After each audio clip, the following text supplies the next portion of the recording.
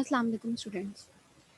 आज जो टॉपिक हम स्टडी कर रहे हैं वो है ग्राफ्स। हमने प्रीवियस लेक्चर में कुछ टाइप्स ऑफ ग्राफ्स जो हैं वो स्टडी की थी, जो कि डिस्क्रीट स्ट्रक्चर्स में हम कॉमनली यूज़ करते हैं। उन्हीं को आज कंटिन्यू करेंगे। सब ग्राफ्स क्या होते हैं, यानी ऐसे ग्राफ्स अगर आप उनको पार्ट्स में डिवाइड कर दें, उनकी पार्टीशंस कर दें, तो जो ग्राफ्स बनेंगे वो सब ग्राफ्स कहलाएंगे। ठीक है जी। सबसेट होते हैं, ये एक मेन ग्राफ होता है और उस ग्राफ का सबसेट जो होता है वो सब ग्राफ कहलाता है। फॉर एग्जांपल एक ग्राफ जी है आपके पास, U V W and again W से यू तक एक ये अप्रोच है। ये अनडायरेक्टेड ग्राफ है, इसमें डायरेक्शंस जो हैं वो गिवन नहीं है, बट ये कनेक्टेड है।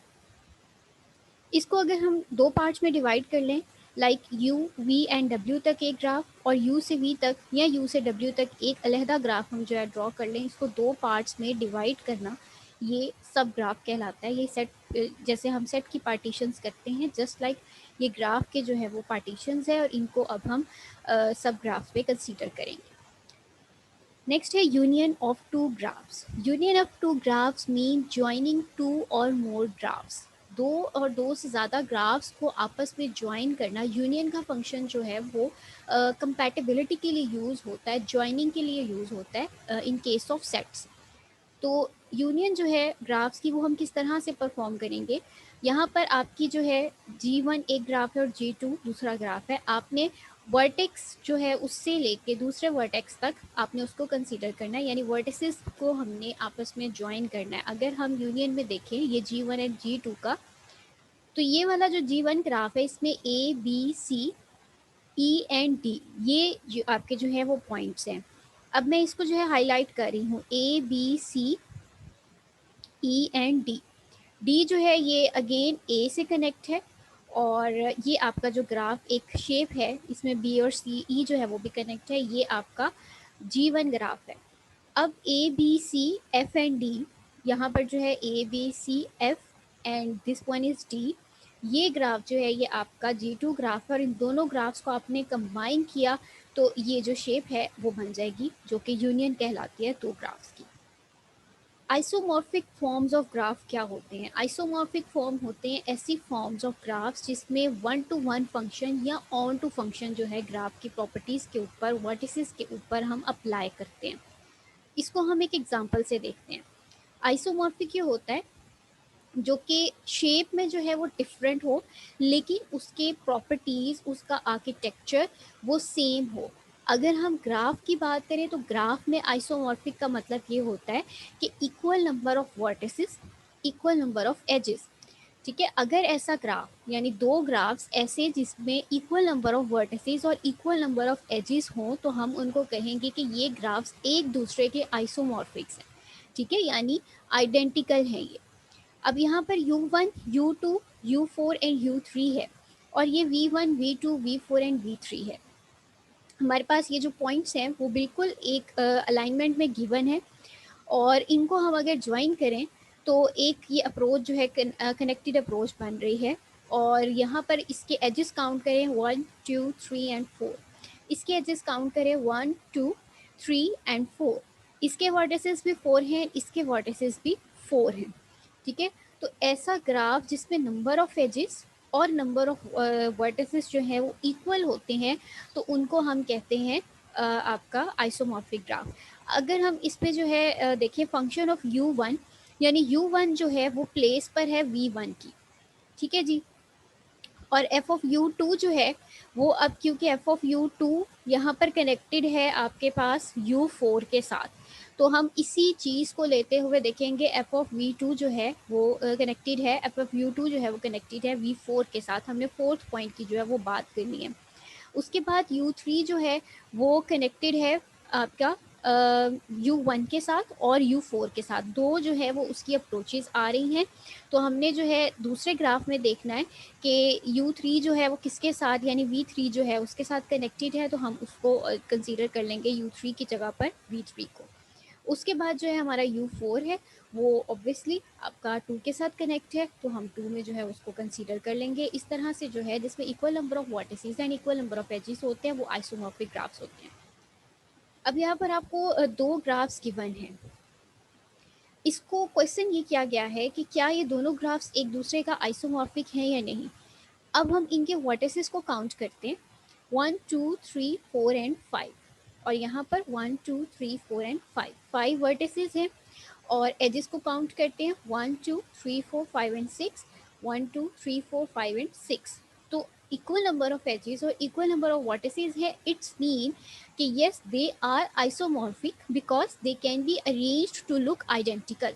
हम इसको अगर बी जो कोऑर्डिनेट है, जैसे यहाँ पर ए और सी को ज्वाइन किया गया है और इस वाले ग्राफ में ए और सी का कोई कनेक्शन नहीं है, ए और सी जो है वो बी के थ्रू आपस में कनेक्ट हैं, और यहाँ पर ए और सी आपस में भी कनेक्ट हैं और बी और उसके साथ जो है कनेक्शन इनका है। इसी बी को अगर मैं यहाँ पर ड्रॉ कर दूँ, ठीक है, ये बी जो है वो मैं पॉइंट इसका वर्टिसेस का यहाँ पर ड्रॉ कर दूँ और ये कनेक्शन जो है वो मैं इस तरीके से बना दूँ, इसको मैं डिफरेंट कर दूँ, तो ये तब भी उसका आइसोमॉर्फिक फॉर्म ही रहेगा, बिकॉज इसको मैं डिफरेंट अरेंजमेंट्स में अरेंज कर सकती हूँ, लेकिन इसके नंबर ऑफ एजेस और नंबर ऑफ वर्टिसेस चेंज नहीं होंगे। So it's mean they are identical, and if they are identical then this implies that they are isomorphic of each other. Now here is the example 2. What can we say about these two graphs which are shown in the figure? Count the vertices in graph 1. 1 2 3 4 and 5. Now count the vertices in graph 2. 1 2 3 4 and 5. And edges 1 2 3 4 5 and 6. 1 2 3 4 5 and 6. Okay, are these two graphs are isomorphic or not? अब यहाँ पर जो है ये question है कि क्या ये ग्राफ आइसोमॉर्फिक है या नहीं। तो इसका जो है हम आंसर करेंगे कि नहीं। बेशक इसमें इक्वल नंबर ऑफ जो है आपके एजेस हैं और इक्वल नंबर ऑफ आपके वर्टिसेस हैं, बट ये आइडेंटिकल नहीं है, आइसोमॉर्फिक नहीं है, because they differ in the degrees of their vertices. Vertex की डिग्री जो है वो डिफर कर रही है यहाँ पे। अब ये पॉइंट डी जो है आप इसमें देख सकते हैं इस ग्राफ के अंदर, इसकी डिग्री जो है वो 1 है, because there is no such vertex in the left graph. Left graph में जो है कोई ऐसा वर्टेक्स नहीं है जिसकी डिग्री 1 हो। इस वजह से ये दो ग्राफ्स जो हैं वो आइसोमॉर्फिक ग्राफ्स नहीं है। इन अदर वर्ड्स, अगर हम ये बैक एग्जाम्पल में देखें तो ये एक कनेक्टेड ग्राफ है जिसमें कोई भी वर्टेक्स जो है वो अपनी हर वर्टेक्स की जो है डिग्री 2 है इस टाइम, ठीक है।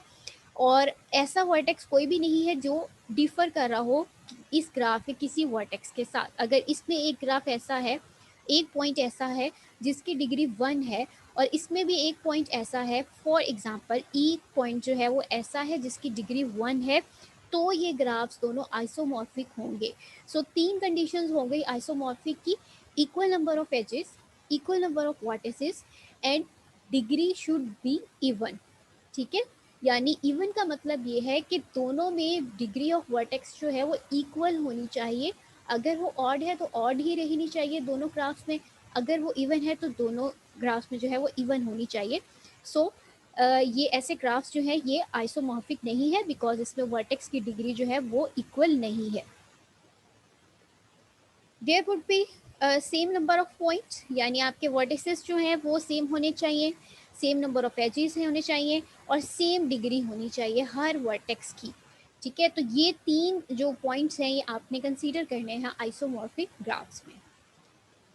नेक्स्ट है यूलेरियन ग्राफ्स। यूलेरियन ग्राफ्स जो है इसमें दो चीज़ें हैं, एक आपका यूलेरियन पाथ है जिसको आप यूलेरियन ट्रेल और या यूलर वॉक भी बोलते हैं, और एक आपका यूलर साइकिल है जिसको आप यूलर सर्किट और यूलर टूर बोलते हैं।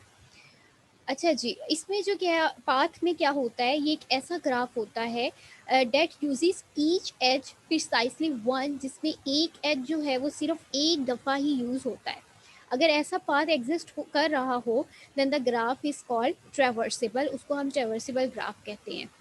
और यूलर साइकिल जो है वो एक ऐसा ग्राफ होता है that uses each as precisely once. If such a cycle exists then a graph is called the Euralian cycle, ठीक है।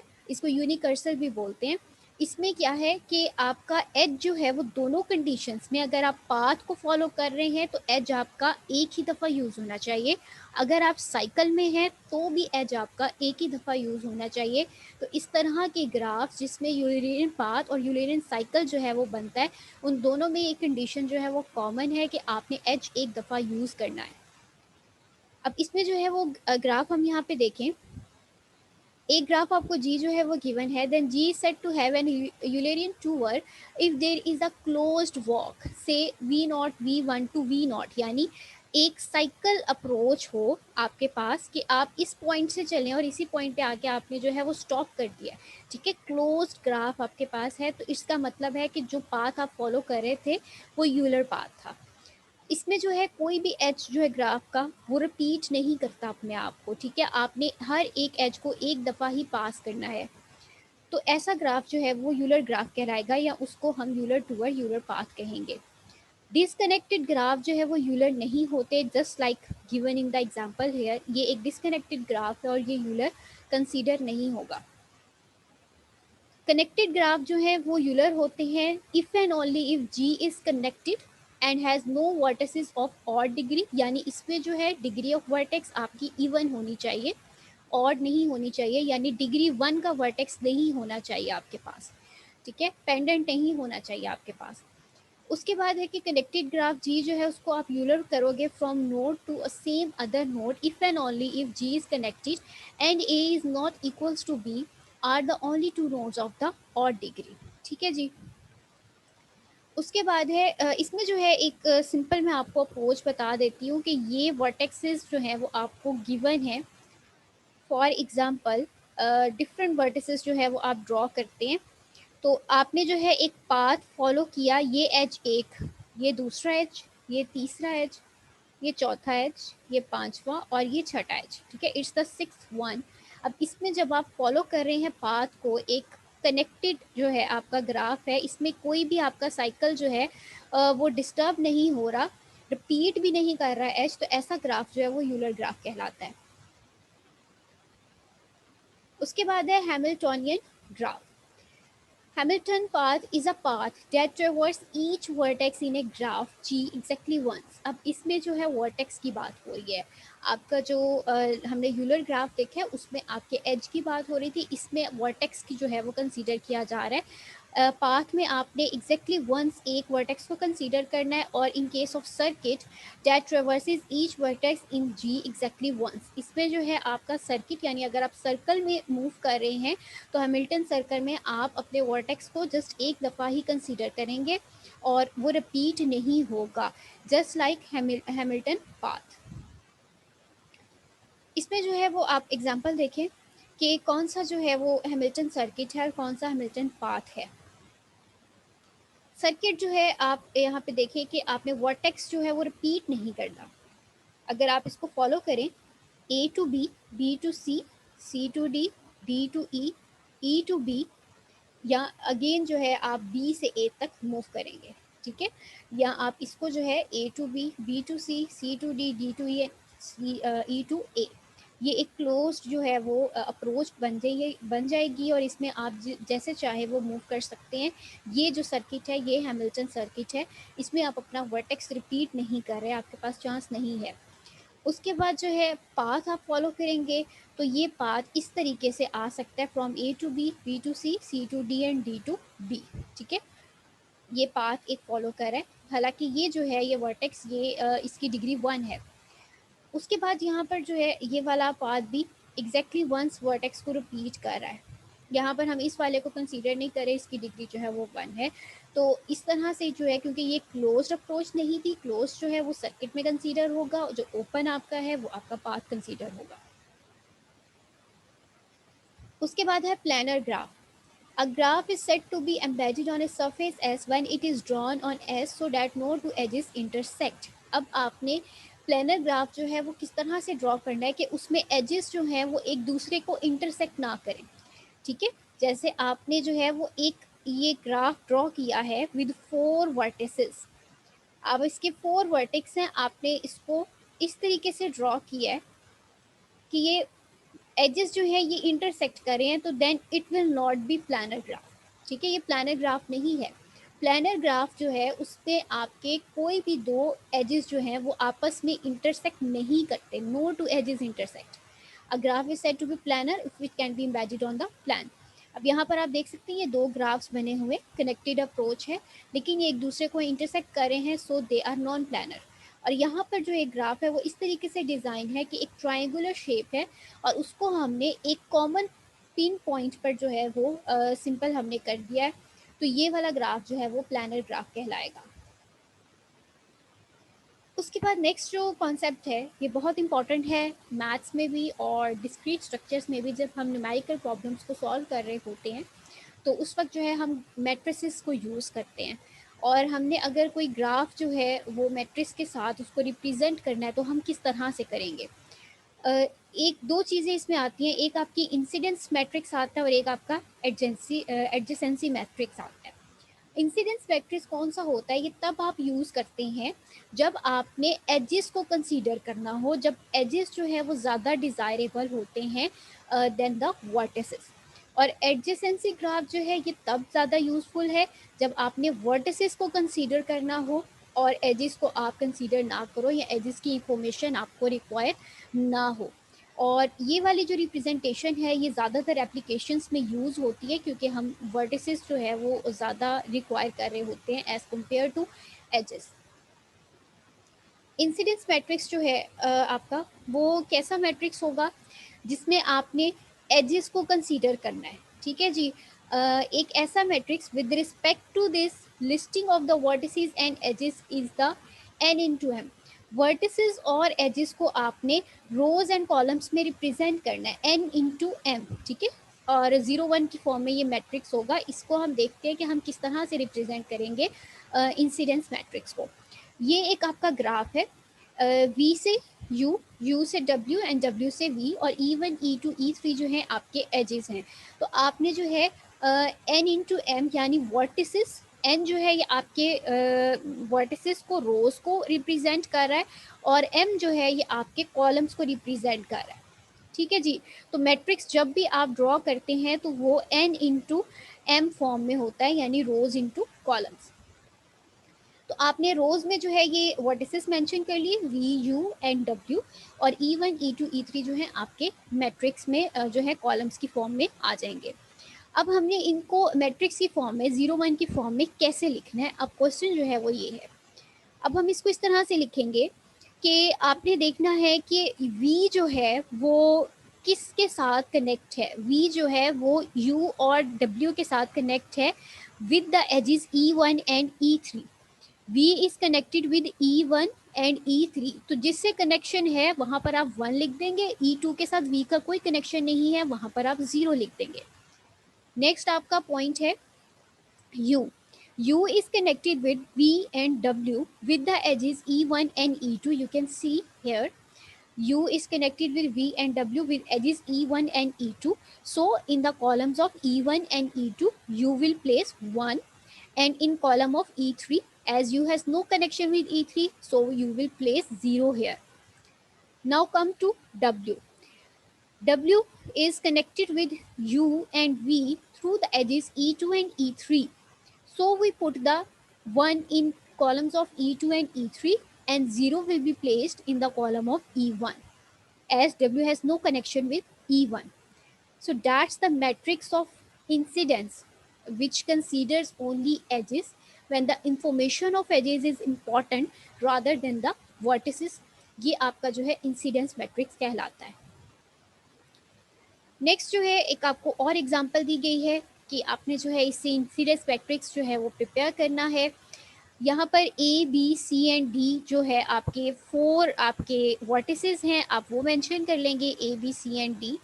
और यहाँ पर जो है 1 2 3 4 5 एंड 6 जो हैं आपके एजेस हैं, आपने उनका कनेक्शन देखना है। मैं आपको पहला जो ये A का कॉलम है वो रिप्रेजेंट करके बता देती हूँ। A is connected to B with 1 2 and 5, ठीक है जी। ए जो है वो कितने एजेस को कनेक्ट कर रहा है, एक एज जो है 1 है, दूसरा एज 2 है, तीसरा एज 5 है। तो in column of 1 we place 1, in column of 2 we place 1, and in column of 5 we place 1, and in columns of 3 4 and 6 we place 0, edge a has no connection with the column of with the edges of 3 4 and 6। ठीक है जी। इसी तरह से आपने B का जो है वो कनेक्शन देखना है, b is connected with a and D only. So the edges name are 1 and 3, so we will place 1 and 1 in the columns of 1 and 3, and all other columns will be marked as 0. Similarly, we will move towards the c. C is connected to a and d via edges 5 and 4, and also the 6.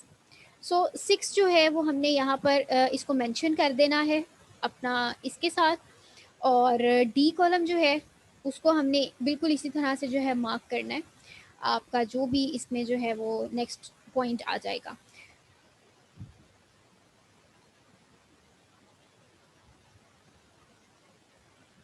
इसको हम जो है वो connected एक approach consider कर लेते हैं।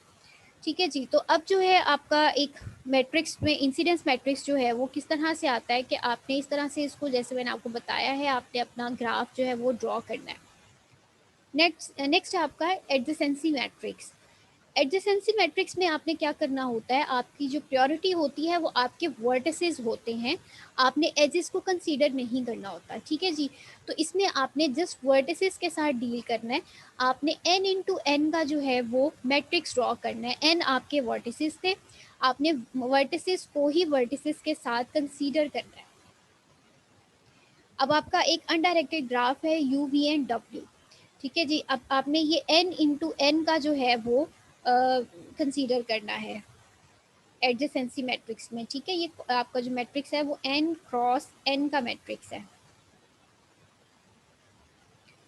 Okay, v is connected to u and w, v is connected to u and w, so we will place here। अब हम यहाँ पे वर्टिसेस की बात करें, हम एजेस को कंसीडर नहीं कर रहे। ठीक है, अब हमारे पास v से जो v तक का कोई कनेक्शन नहीं है, यानी v से v तक का कोई लूप नहीं है, कोई कनेक्शन नहीं है, इसलिए हम वहाँ 0 मार्क कर देंगे। Similarly, u is connected to v and w, so in column of v and w we will place 1, and u has no other loop or no other connection to its to the vertex itself, so we will place 0 here. In the vertex w, it is connected to v and u, we will place 1, and as again w has no connection repeating to the w itself, so we will place 0 here. This is the adjacency matrix. Okay, next is the example of adjacency matrix. यहाँ पर जो है आपने देखा है कि चार आपके पास जो है वो वर्टिसेस हैं, आपने इन चारों को ही कंसीडर करना है, a b c d and a b c d, और इनके साथ आपने जो है अपना देखना है कि ए जो है वो कनेक्टेड है बी, बी के साथ भी, सी के साथ भी, डी के साथ भी, लेकिन ए तक जो है वो खुद अपना कोई सेल्फ लूप नहीं है, so we will place 0 there, और यहाँ पर जो है आपका 1 आ जाएगा। एक चीज़ आपने यहाँ देखी होगी कि आपका जो डायगनल है वो 0 हो रहा है। ठीक है, एडजेसेंसी मैट्रिक्स में आपका डायगनल 0 होगा हमेशा। यहाँ पर जो है अगेन देखें कि आपका डायगनल जो है वो 0 आ रहा है, हम जो इसको प्लेस करेंगे, आपके डायगनल एलिमेंट्स जो है वो 0 आ रहे हैं। ठीक है, तो ये एक सिमेट्रिक फॉर्म है जिसको आप सिमेट्रिक मैट्रिक्स भी कहते हैं, इसमें डायगनल एलिमेंट्स जो हैं वो आपके 0 आ रहे हैं। अगेन यहाँ पे जो है वो ग्राफ की रिप्रेजेंटेशन आपको दी गई है। यहाँ पर जो अनडायरेक्टेड ग्राफ है and this is the directed graph, इसको जो है वो हम यहाँ लिख लेते हैं कि it is undirected, and this one is directed graph.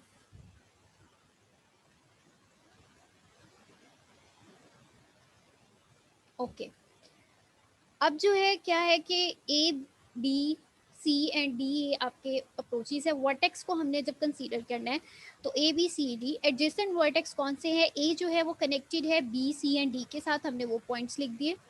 फिर बी जो है वो कनेक्टेड है ए एंड डी के साथ only, C is connected to A and D only, and D is connected to A B and C.